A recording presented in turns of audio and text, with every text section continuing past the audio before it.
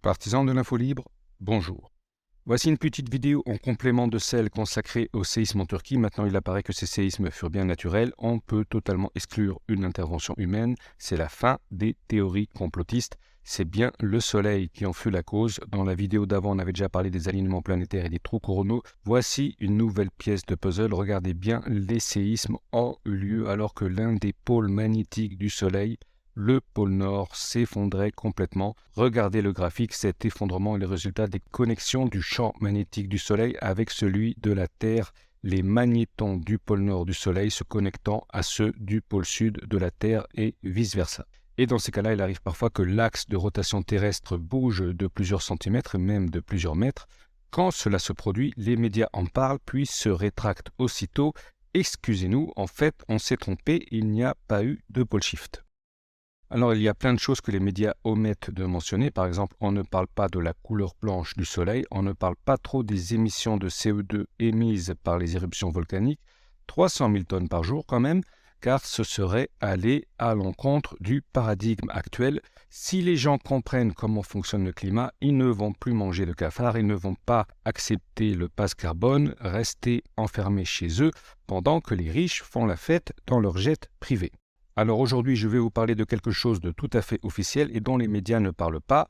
Il n'y a, du moins pour le moment, aucune info, aucun article dans les news, et pourtant, c'est vrai, c'est en train d'arriver et personne ne le conteste. Il s'agit de l'inversion du champ magnétique du Soleil. Cela arrive en moyenne tous les 11 ans. Cela fait partie d'un cycle naturel et à ce moment-là, il y a plus de tempêtes solaires et comme on vient de le voir, c'est une période propice pour les tremblements de terre. Ça par contre, ce n'est pas officiel, ce sont des choses que les savants se gardent entre eux. Alors la dernière inversion remonte à 2013, il y a 10 ans, et donc le timing n'est pas le bon, on est en avance de 1 an. Par contre, en 2013, les médias parlaient beaucoup de cette inversion des pôles magnétiques du Soleil. Tous les articles que vous allez trouver remontent à cette époque.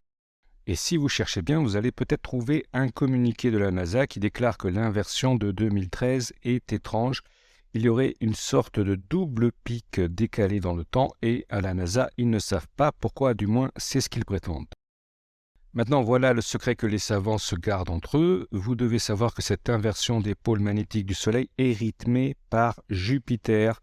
La période orbitale de Jupiter est de 11 ans. C'est à peu près la même durée que le cycle solaire, autrement dit, le cycle solaire se termine et débute quand Jupiter est situé dans une certaine région du ciel et cela dure ainsi depuis toujours. Sauf en 2013 où il y a eu un décalage inexpliqué, également en 2023 où l'inversion aura lieu avec un an d'avance. Il y a donc une couille dans le potage et c'est ce qui explique probablement pourquoi les médias ne parlent pas de l'inversion qui va se produire entre les mois d'avril et de juillet.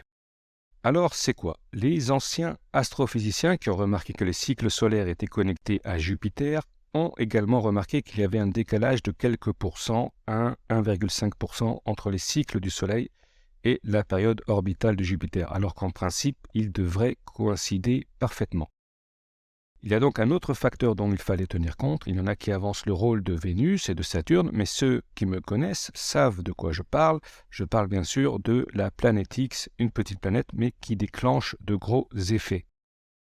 Rentrée dans le système solaire en l'an 2000, son orbite excentrique l'amène vers la Terre qu'elle va croiser avant de repartir un peu comme le ferait une comète. Et alors, à un moment, elle n'est plus alignée avec Jupiter et le Soleil au moment prévu, l'inversion des pôles est perturbée et c'est ce qui s'est produit en 2013 et c'est probablement aussi le cas cette année où l'inversion a lieu avec un an d'avance.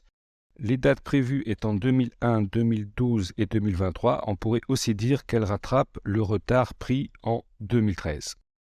Donc vous pouvez vérifier qu'à la date où je vous parle, cette date où l'inversion est imminente, il y a bien eu un alignement avec Jupiter qui précède un autre alignement avec la planète X, normalement au mois de mai.